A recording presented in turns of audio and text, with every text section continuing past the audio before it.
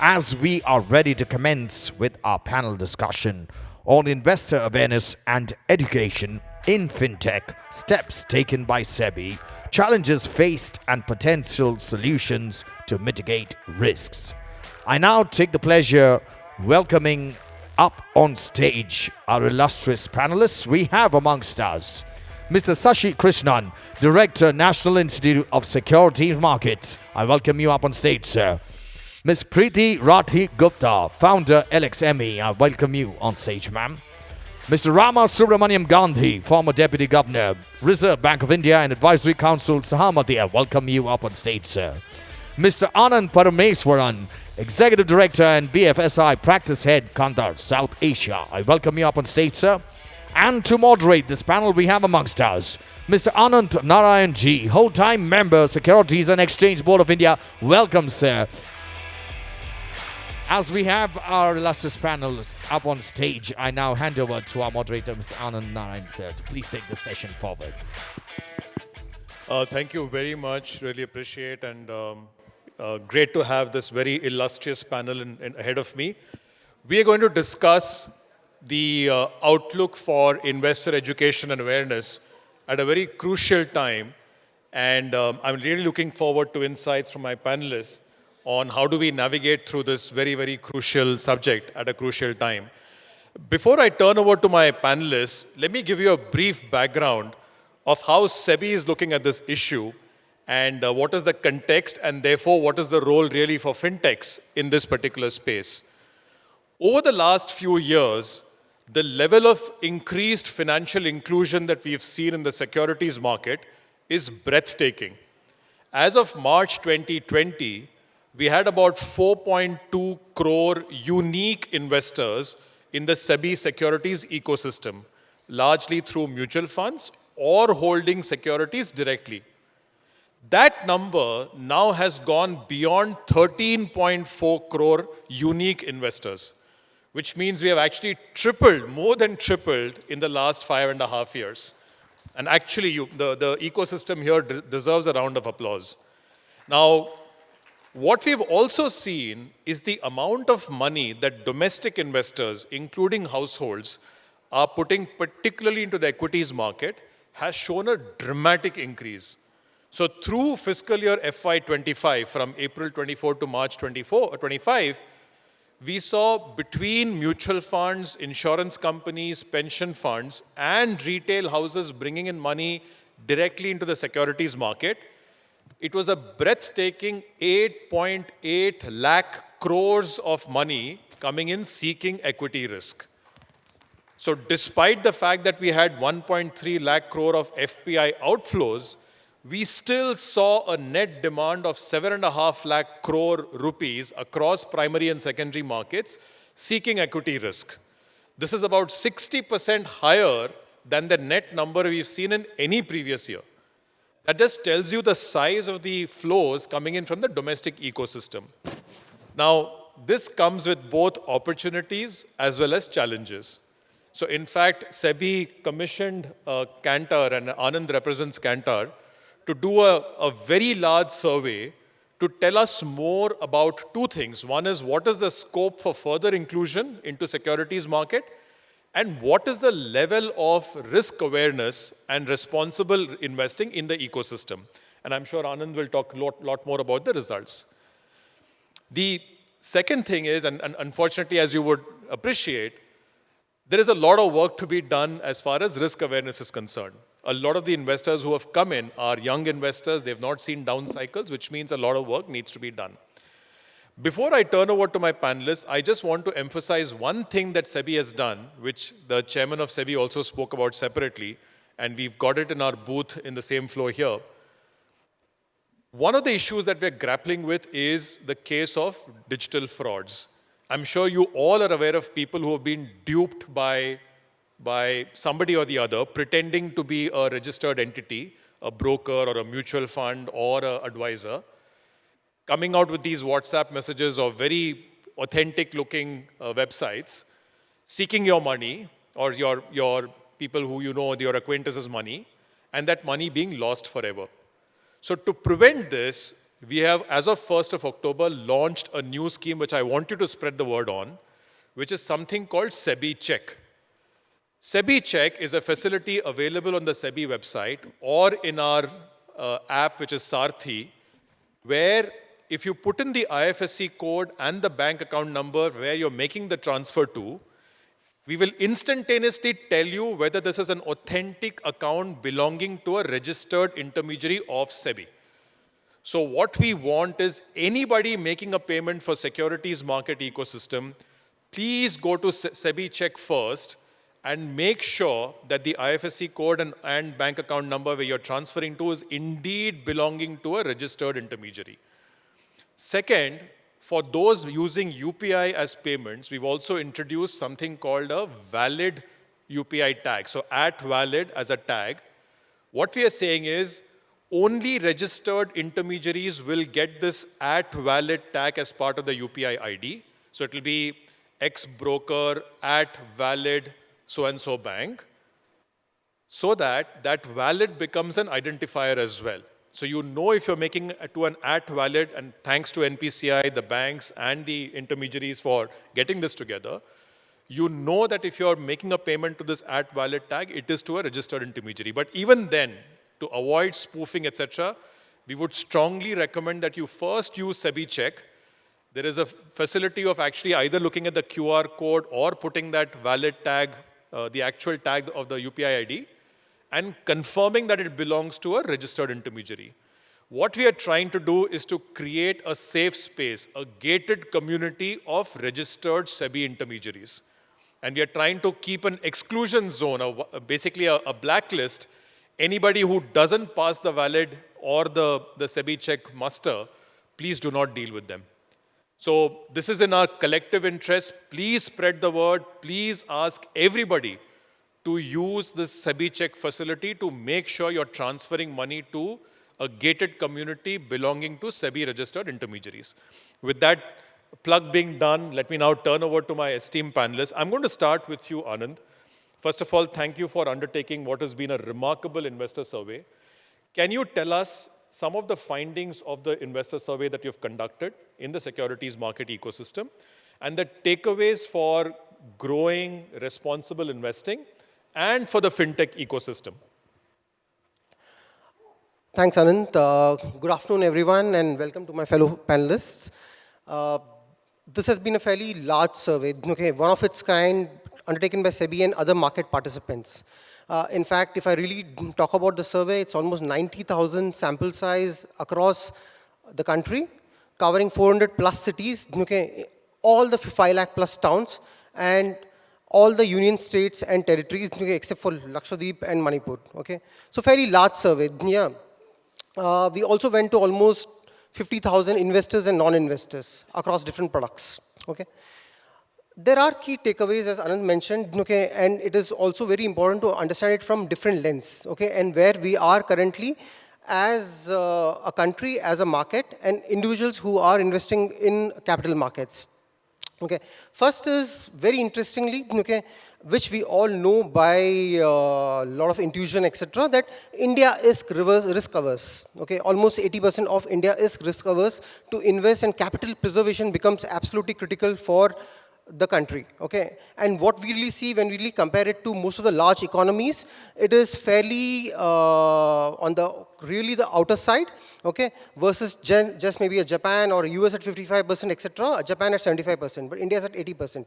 That's important to keep in mind, but we'll also talk about the steps, how we can really mitigate this to a certain extent. Second aspect is more in terms of looking at, are people really aware of capital markets and different products? The good news, through all the effort done by AMFI, SEBI, and other market participants, it seems so, because almost 63% are aware of different products in the capital markets, which is a fairly high number, compared to what you really see a decade back, etc., from different other surveys.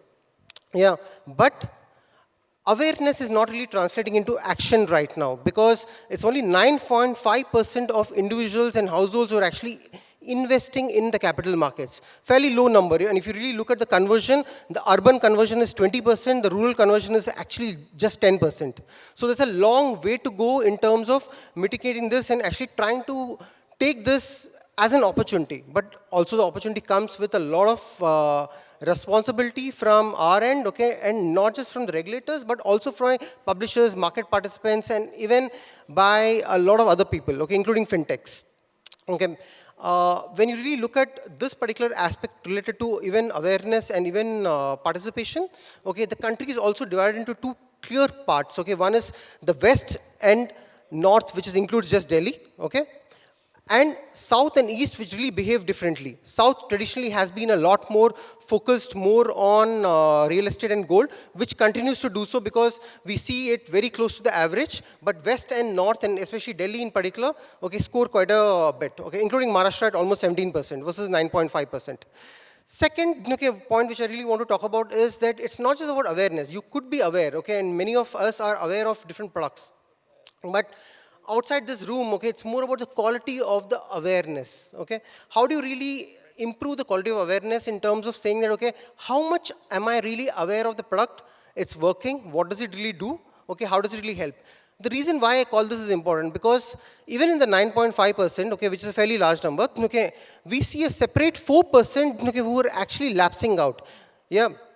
That 4% is a critical one. You want people to sustain and increase, okay, their wealth because we know how compounding finally works. So that's an important step to take care of in terms of increasing the quality of awareness. The third aspect is looking at how do you really, okay, reach them, okay? Yeah. And when we really look at intenders, investors, etc., and this has been a trend in the last few years, where fin influencers actually have a lot more credibility right now.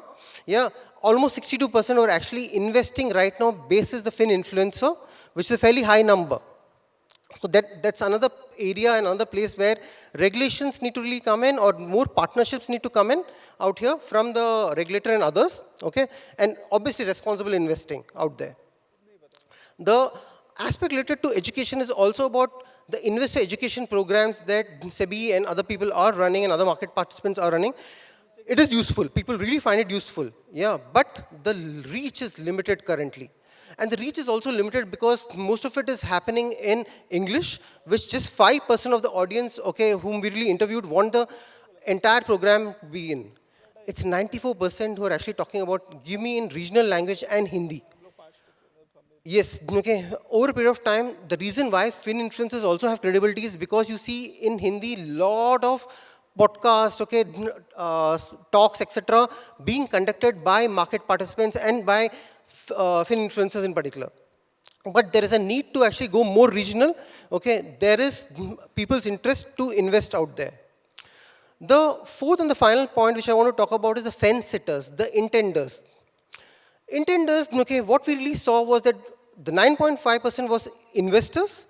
We can actually take this to almost 20%, 20-21%, because there are almost 12% of intenders who want to really enter the market in the next 6 months to 1 year. Fairly large number, yeah.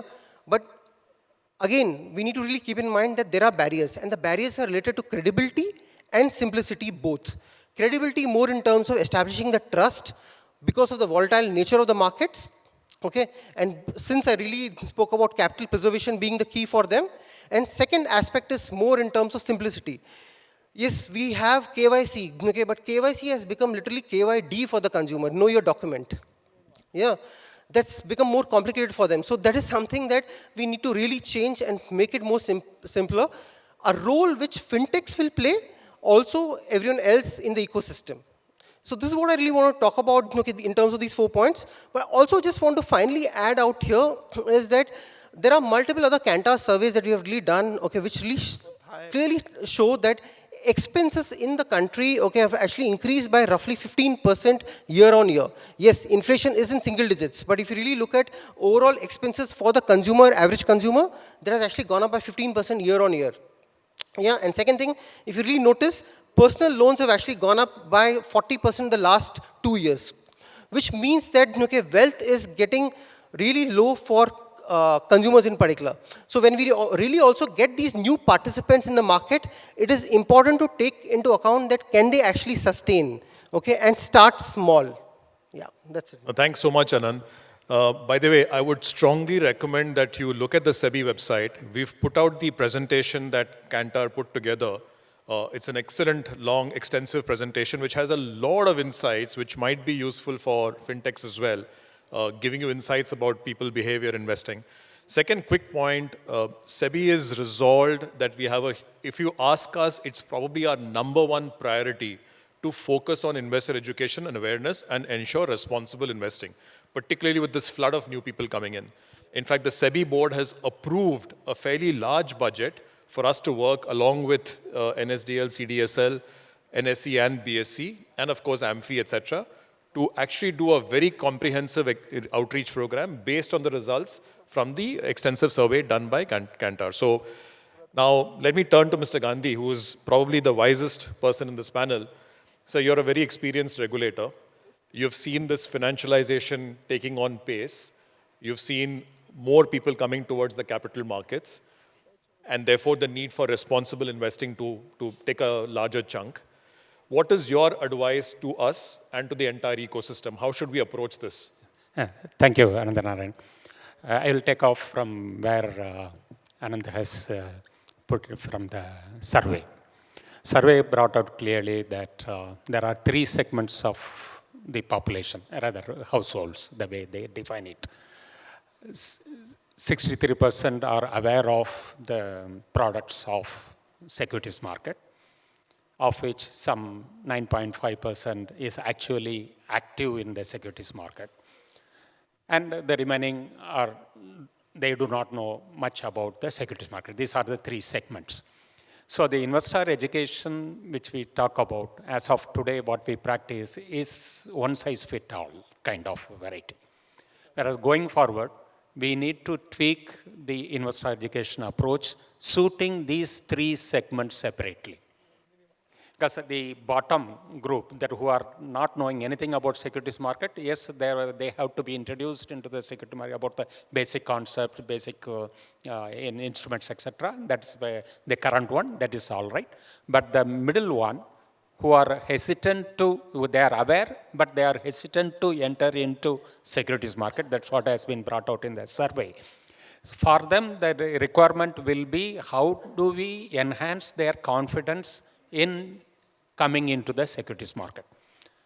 That's a knowledge which by input that we may have to give it to them. And the upper layer, who are already active in the market, for them the input will have to be more specifically about how to deal with the securities market and products more responsibly. So the content, investor education content will have to be different. It cannot be a single one. That is one point that I wanted. Second, for long, as a regulator, SEBI, and like SEBI elsewhere in the world also, all the regulators, typically have taken a stance that caveat emptor. That is the fundamental philosophy of securities market trade. Investor protection primarily meant preventing and taking action against mis-selling, half information or misinformation, those kind of thing only. But otherwise, the risk is supposed to be taken fully by the investor themselves. So that's the approach, basic approach. And investor education also flows out of that philosophy. Possibly, here in India, we may have to have a little different approach going forward. As you mentioned that now increasingly the number of people, population shifting away from the standard fixed income products, from banking products, etc., into the equity market. As you mentioned, in a short while, in 5 years, it has tripled. Then the way it is going to happen down the line also, it will be a huge in terms of number. So if that kind of people are going to be coming in, the hesitant people, as they put it, more than 53% of the population is very hesitant to come in. And it is this group which is going to come. That means that protection needed for them is of a different variety. So some kind of hand-holding may be needed with reference to. So how do we do that? That is where the gradation of investors will be coming. As of now, SEBI does have that practice of at upper layer, the accredited investor, that is for the high-end products alone. Whereas I would suggest that we have to start grading them downwards from the bottommost basic layer onwards. The gradation may have to be there. That's where the fintech companies will. I would say that instead of SEBI doing it, rather the first step should be the fintech companies, because they are the best technologically enabled with AI and other things. It is easier for them to assess based on the actual practices by the investor. Continuously they can be monitored. It has to be not based on knowledge. It has to be based on actual behavior. So we grade them based on their actual practices that they have, and in line with the risk profile, and in line with the asset built portfolio that they have. Based on that, a certain kind of gradation, and periodically giving them inputs relating to which is appropriate for that particular grade of investors. So that's a education which will be needed, which will be more timely, very apt to the customer. That's what going forward the fintech companies should be able to be doing it. I will stop here right now. Later on, Thank you, sir. I think excellent points, thought-provoking points. I'm sure there'll be lots of views around this. But your point about needing to treat not everybody with the same brush, but have a graded approach, I think makes a lot of sense. It's a very interesting point you make about us going away from being just a disclosure-based regime and a caveat emptor regime into doing a little more spoon-feeding maybe for some of the lower-level investors. But good points to debate. Priti, I'm going to come to you next. You're the practitioner in this particular group right now. You're doing an amazing job in terms of financial inclusion, particularly with women. Now, I would argue, and maybe others would argue, that besides the regulator coming out with messages and putting out ads, etc., or trying to reach out to people, eventually this has to have a commercial banking to ensure that there is the right kind of outreach towards responsible investing, drawing in people, as Mr. Gandhi rightly mentioned. It's best if it is done through a commercial enterprise route, enlisting the fintechs, as Mr. Gandhi mentioned. So what is your take on this? And secondly, what would you want us as a regulator or the regulatory ecosystem to do to facilitate what you think needs to be done? And feel free to criticize the regulator if you so desire. I think this is a golden moment for me. You don't get that chance very often. But I think I'll begin with, I think where we are at Lakshmi, which is a money platform for women. I think it's a golden opportunity because one, and especially if we want good, steadfast investors in the market, we should get more women, right? And I think the exponential you mentioned, domestic investments sort of offsetting the FPI withdrawals. I think we have women coming in, we'll really have very strong markets because they are sticky, they are disciplined. As we discussed, they make for amazing investors. They have the right attributes, right? I think what's missing, and this is what I've found on ground, is there's a lot of fear, and fear that is fueled by lack of information, lack of knowledge. It's not that women are not today. I think if we just look at the mass middle income, women are sitting on $400, $500 billion of savings, or households are, right? And it is women who are taking the call on, mostly women who are actually taking the call on where those savings are going, right? And they are taking those calls. The money is going into avenues which may not be regulated, right? But I think when it comes to capital markets, the awareness, that education, and I will actually, I would make a case for regulators really going all out and, setting some sort of messaging or outreach, because Amphi, to me, the mutual fund Sahi has been a very, very successful campaign, right? When we reach out to women and we say, okay, we help you invest in mutual funds, and they say, acha, wohi mutual funds jo sahi hai, right? So that has had an outreach. But similarly, if we could actually, along with, maybe NISM, regulator, etc., create some sort of a checklist and outreach and messaging, which is standardized, first of all, so that it's not just the regulator putting it out there, but it is fintechs like us taking it out there. It is influencers who have, who have to take it. It becomes sort of mandatory that you take it out there.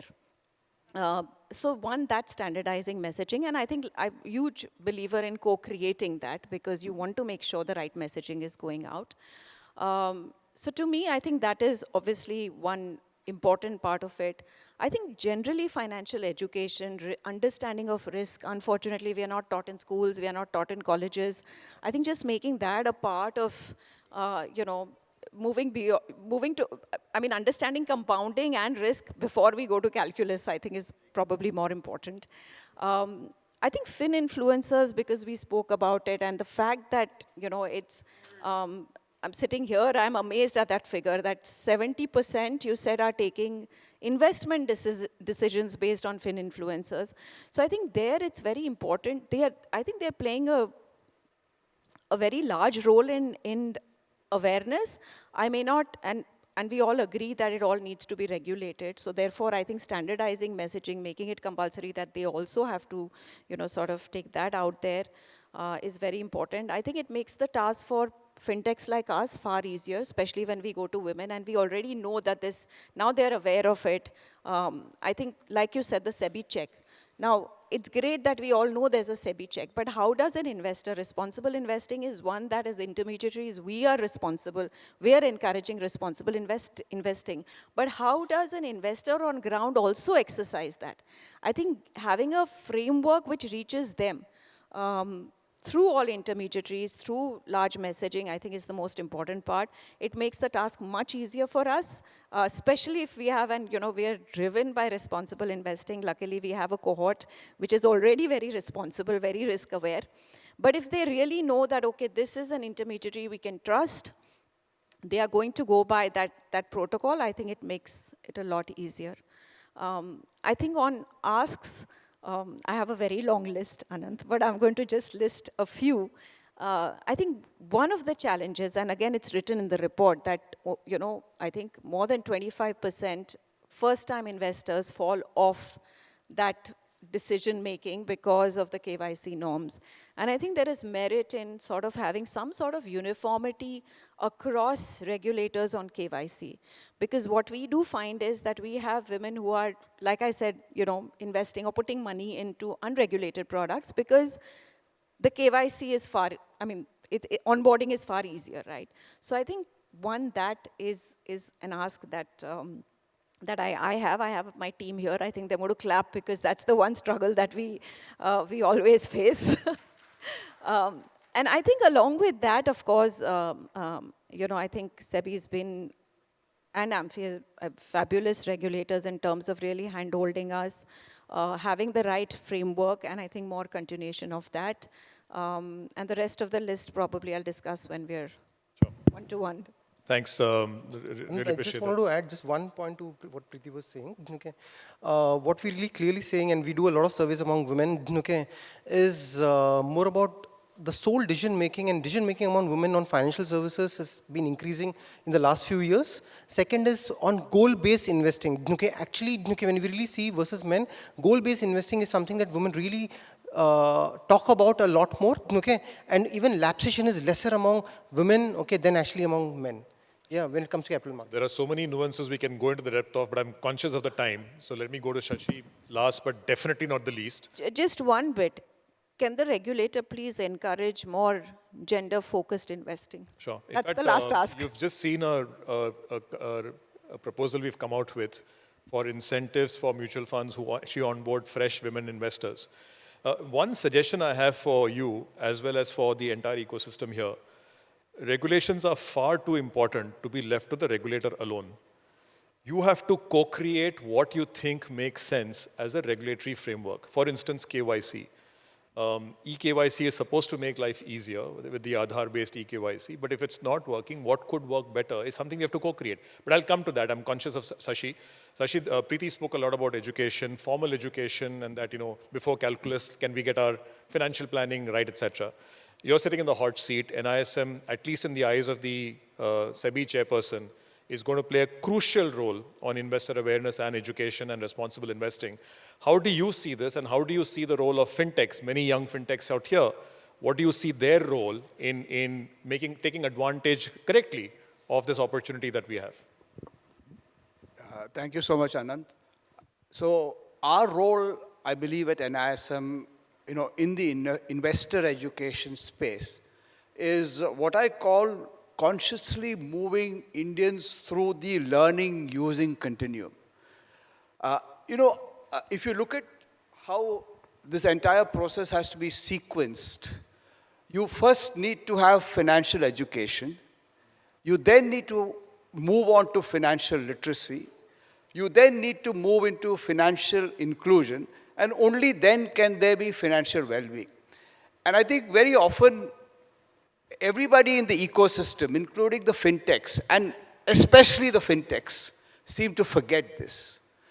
And I think we need to remember that unless you familiarize the users with financial concepts, you really cannot move forward. And I think that's one of the roles that NISM and everybody in the ecosystem needs to play. The second thing is, once you're familiar with that concept, you need to know what to do with that financial concept. And that's where financial literacy comes in. So it only comes in at the second stage. That's the way I will look at it. And therefore, it helps you use that financial knowledge to sort of decide on a financial decision or to make a financial decision. And once you've gone through these two stages of financial education and financial literacy, I think it's only then that financial inclusion comes in. And I think financial inclusion is what everybody, including the fintechs, is doing. The banks are doing it, the fintech companies are doing it. And I think what we're doing is three things in financial inclusion: allowing people to participate in the market, allowing people to participate in an affordable way, and I think most importantly, to ensure that they participate in an appropriate product. Okay, and if you look at fintechs especially, they do a wonderful job on the first two parts. So participation and affordability, because they're giving you access, and they're giving you access at a reasonably sort of low price point. But I think it's the third thing that's a big problem. It's in terms of the appropriateness, because unfortunately there's a vested interest in the entire system, not only about the fintechs, but everybody, every other intermediary who you are talking about, because we have reduced financial education to products, rather than taking a step back and saying that before you get into products, you need to understand whether that's appropriate for you or not. So that's my first take on that. And I think financial inclusion without financial literacy can be devastating.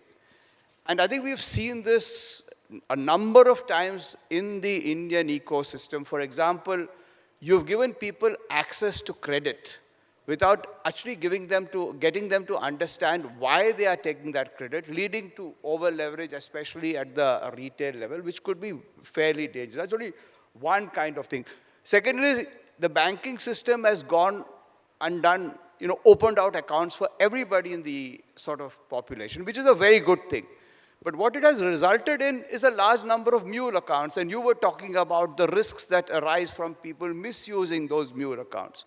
Because a lot of them were not even aware as to why they were opening these accounts, and these accounts went dormant, and then there was identity theft, and then, these mule accounts came into existence.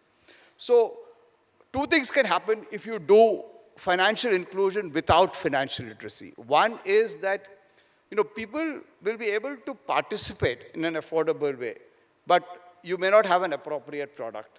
And therefore, I think we'll have to be a little careful about this. And therefore, even if services are available to you, like you will be participating without an affordable product. The second side is that these services will become available to you, but because you're just not aware, you don't have the financial literacy, you will not able to be participate. And these are two pitfalls that we necessarily will need to avoid. So coming back to fintech, because that was one of the questions that, and I think it's not fintech at all, only, it's all of us, I think, in the ecosystem. One is that, digital financial literacy is going to become extremely important over the next couple of years. And we also, as you rightly said, with digital financial literacy, there will be a large number of vulnerabilities that will arise. Because it is then important for us, if we are using digital financial literacy as a way forward, to help people understand the new risks that are going to sort of happen. And therefore, I think, if you look at what can fintechs do or what can people like us do, one is that we necessarily need to sort of make financial training more affordable and make it more accessible, which the fintechs will do a wonderful job about, because I think that's the entire model. These platform models are entirely about making things accessible and making things affordable. The second thing that, fintechs can do for financial education is to make them more relatable. Because I think a large part of the financial literacy that we are doing is not relatable to the man on the street. And that's where I think, fintech can play a very, very big role. The third thing, and I think that will happen over, maybe not now, but maybe over the next 10 years, is that the fintech platforms will help us, tailor make, products or sort of financial literacy programs for individuals. Because there's a vast amount of data that is available with these fintechs. And if you could mine that data to sort of create, bespoke financial literacy programs and product offerings for individuals, it'll go a long way to address some of the problems we talk about in terms of mis-selling and inappropriate these things. Next, so the money management skills, I think, which is ultimately what a lot of these digital tools will help us do, will I think be very, very important. But I think the two most important things that I think fintechs can do is, one is it can give nudges. And I think it's very important, and I think a lot of the MIs already do that, where you nudge people into appropriate behavior. I think the fintechs can play a big role, because people are operating on their platforms and they have access to that data. And more importantly, they can give positive feedback. And I think positive feedback will make a huge behavioral change in how people look at, investing for their well-being. Right. So that's my Thanks. Again, I'm very conscious of time, and this is a very rich panel with a lot of rich insights possible. I'm going to ask one question and then leave it open to everybody to jump in. And you can also give your closing comments outside of the question as well.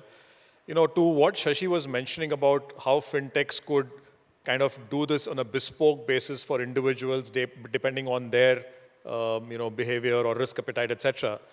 One of the regulatory challenges we have currently is we have a model of distribution, which is mutual fund distributors typically, which are essentially paid by producers, where you're essentially doing selling. And then you have the other model of investment advisor, where you're supposed to do the risk profiling, find out what is the right risk profile, and therefore what is the asset allocation across different assets, not get paid by the producers, and only get paid by the investor. Do we need to change this thinking to be able to do a more meaningful outreach which combines risk profiling and selling as well?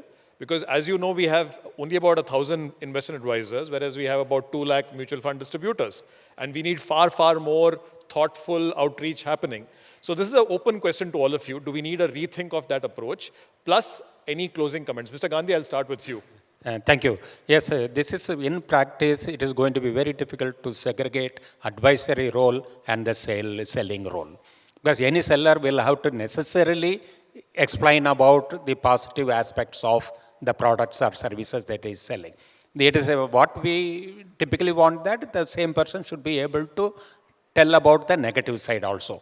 That if we can find a method of doing it, there are possibilities possible to do that. In that case, this physical segregation of advisory role and the selling role being different cannot be there. That will be my short point. Yeah, a quick suggestion, not relating to that. I am taking what Mr. Sashi has mentioned, that how the fintechs can be taking good advantage of the data that they have. Okay, that is where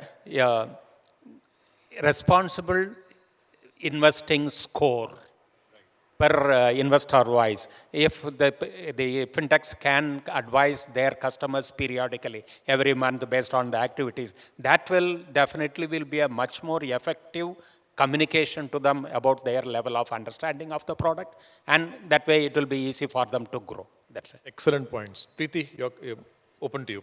I think in my opinion, and this I again come from, my experience at my parent company, Anand as well as Lakshmi, is I think what every investor looks, the two things that every investor looks for is transparency and simplicity. And I think if we are able to bring that, today in India, nobody wants to pay a fee for advice. And you're not doing responsible, you're not enabling responsible investing if you're purely just distributing products. So definitely, I think there is a lot of merit in, not creating that distinction and really focusing on saying how does every intermediary actually be more responsible by giving the right advice. And like Sir said, when you are talking about a product, you will definitely say what are the key highlights, but can you actually make it more holistic? Can you actually make it, like you said, talk about asset allocation, not and where that product features in your asset allocation, and that invariably is your responsible advice that you are giving.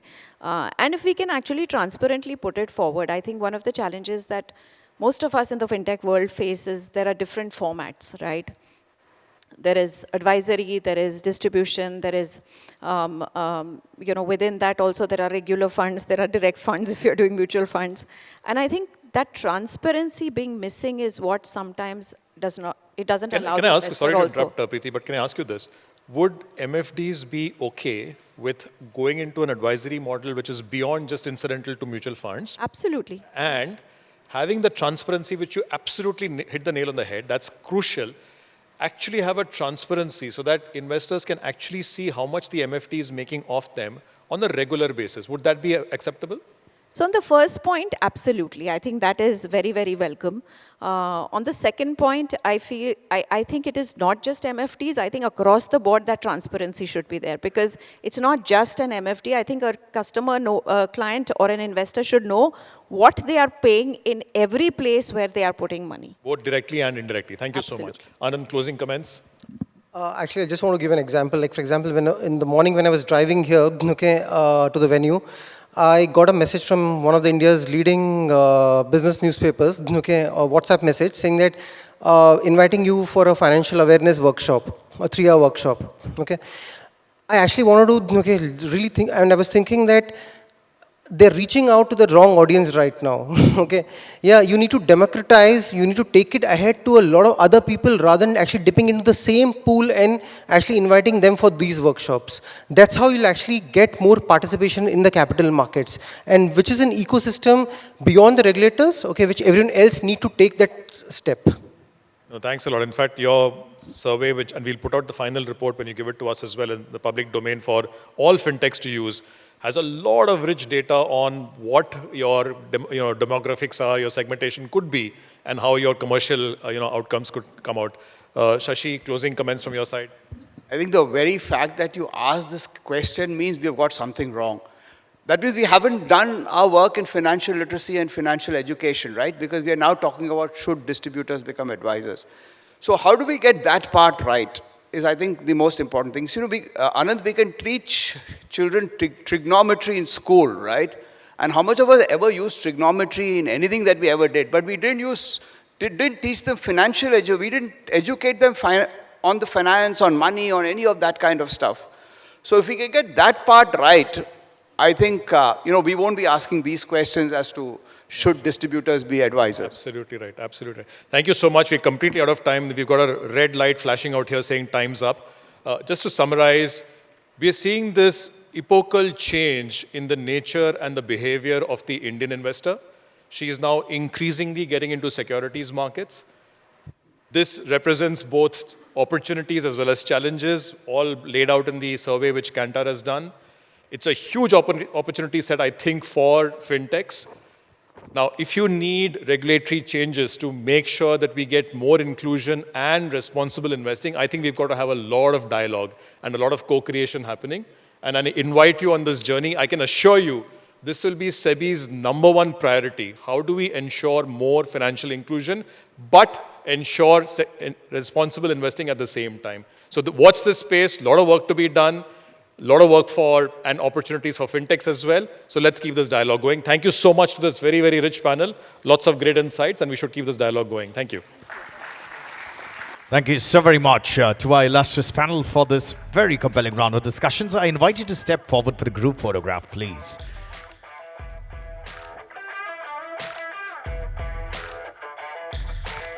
Well, ladies and gentlemen, some great insightful learnings for all of us here from this very esteemed panel. I'd like to thank each and every one of you once again.